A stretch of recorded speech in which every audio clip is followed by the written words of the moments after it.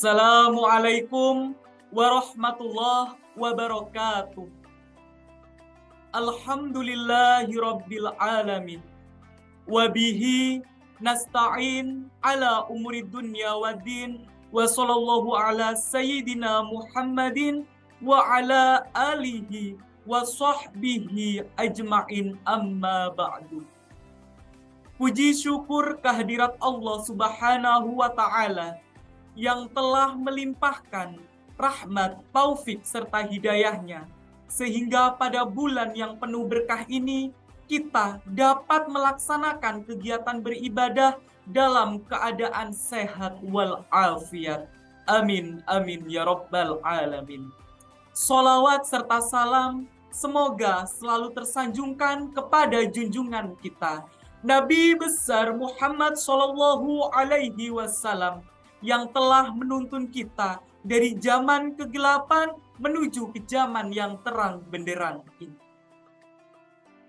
Saudara dan saudariku yang dirahmati oleh Allah Subhanahu wa Ta'ala, seperti yang kita ketahui bahwa semua nabi dan rasul dalam ajaran agama Islam diutus oleh Allah Subhanahu wa Ta'ala untuk berdakwah kepada suatu kaum. Agar apa? Agar mereka kembali menyembah Allah Subhanahu wa Ta'ala.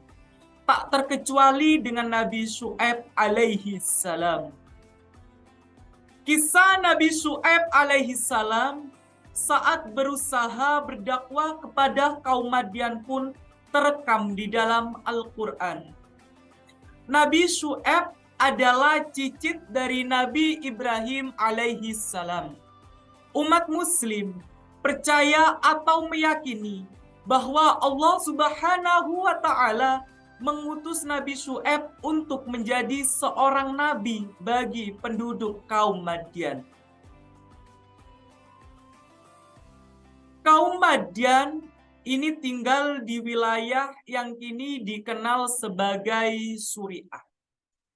Dalam sejarahnya, di kisah Nabi Syu'aib alaihi salam, mereka dikenal akan sifat curang dalam melakukan jual beli barang alias tidak jujur. Dalam kisah Nabi Syu'aib alaihi salam, tempat tinggal kaum Madian ini sangat dikenal dengan kehidupan berdagang dan juga bercocok tanam. Jadi di sini itu tanahnya itu sangat subur, pohon-pohonannya itu tumbuh dengan besar, banyak buah-buahan, banyak sayur-sayuran yang dipanen secara melimpah. Hal ini dikarenakan Allah Subhanahu wa Ta'ala memberikan kondisi tanah yang subur. Jadi sehingga mereka itu mudah untuk menanam dan kondisi tanahnya itu sangat mudah ditanami berbagai jenis macam tumbuhan. Namun sebagian besar kaum Madian lupa bahwa semua pemberian ini datangnya dari Allah Subhanahu wa Ta'ala. Sehingga mereka kerap tidak bersyukur atas kenikmatan yang telah diberikan oleh Allah. Bahkan kaum Madian juga terdiri dari orang-orang kafir yang tidak mengenal Allah dan lebih memilih untuk menyembah pohon. Dan pohon tersebut mereka kelilingi. Sifat dan perilaku yang dimiliki oleh kaum Madian juga sangat jauh dari kebaikan. Seperti selalu bertingkah buruk, keji, hingga sering merugikan orang lain, tetapi menguntungkan diri mereka sendiri. Kecurangan yang dilakukan oleh kaum Madian biasanya dilakukan oleh para penipu yang sudah dibutakan oleh kekayaan. Akibatnya, para penipu itu seringkali menimbang suatu barang dengan berat yang tidak sesuai. Hal seperti ini jelas sangat merugikan para petani dan pedagang-pedagang kecil yang ada di negeri Madian. Namun di sisi lain, para pedagang besar dan penipu di negeri Madian sangat diuntungkan dengan perbuatan buruk dan tidak terpuji itu. Oleh karena itu, penduduk Madian yang miskin akan bertambah miskin, dan penduduk Madian yang kaya akan bertambah kaya. Mereka yang melakukan kecurangan ketika menimbang suatu barang, maka timbangannya akan diganjal dengan batu. Sehingga pembeli merasa bahwa berat barang yang dibeli sudah sesuai. Akibatnya, keuntungan pedagang pasar akan bertambah menjadi 2 kali lipat setelah melakukan perbuatan tidak terpuji itu. Allah Subhanahu wa Ta'ala kemudian mengutus Nabi Syu'aib alaihissalam kepada kaum Madian dengan membawa suatu ajaran agama yang benar yang berasal dari Allah. Tak hanya itu, Nabi Syu'aib alaihissalam juga dipercaya untuk mengubah jalan kaum Madian yang tadinya berjalan di jalan yang buruk dan gelap agar kembali ke jalan yang baik dan benar. Dalam Al-Quran surat Hud ayat 84, Allah Subhanahu wa Ta'ala berfirman, "Dan kepada penduduk Madian kami utus saudara mereka Syu'aib.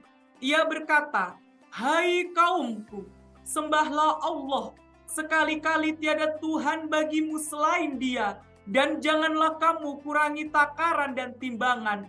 Sesungguhnya aku melihat kamu dalam keadaan yang baik, mampu, dan sesungguhnya aku khawatir terhadapmu akan azab yang membinasakan, yaitu di hari kiamat.'" Meskipun sudah diperingatkan melalui utusannya, yaitu Nabi Syu'aib alaihissalam, penduduk Madian tetap saja mengabaikannya hingga azab pun datang.